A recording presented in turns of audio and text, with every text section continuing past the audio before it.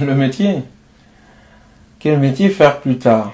Celui qui, je l'espère, vous plaira, et celui qui correspond à ce que vous avez envie de faire. Il n'y a pas vraiment de métier idéal. Il y a l'idéal de votre métier ou l'idéal de ce que vous avez envie de faire dans votre vie, et cela peut évoluer, cela peut changer.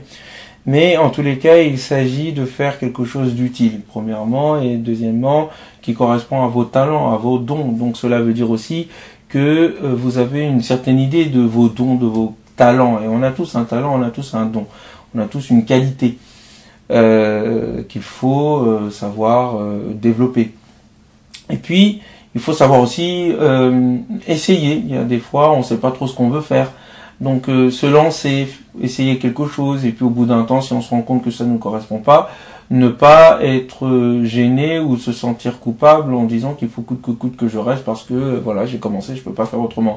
Non, on peut toujours faire autrement.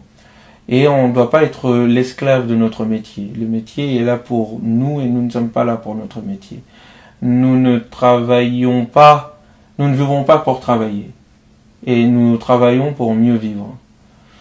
Et donc je suis extrêmement content de voir des jeunes ou d'autres personnes, voire 40 ans, 50 ans même, 60 ans même, qui décident à un moment donné de changer d'orientation et ne se disent pas c'est trop tard pour moi. Il n'est tard qu'à la tombe. Et tant qu'on est encore vivant, donc il y a toujours de l'espoir.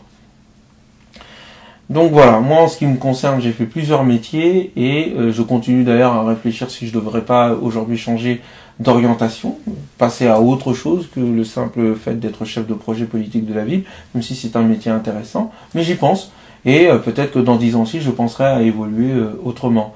Alors que certaines personnes pourraient prendre cela comme de l'instabilité. Bon, souvent ça c'est les personnes qui n'ont pas de rêve et qui ne comprennent pas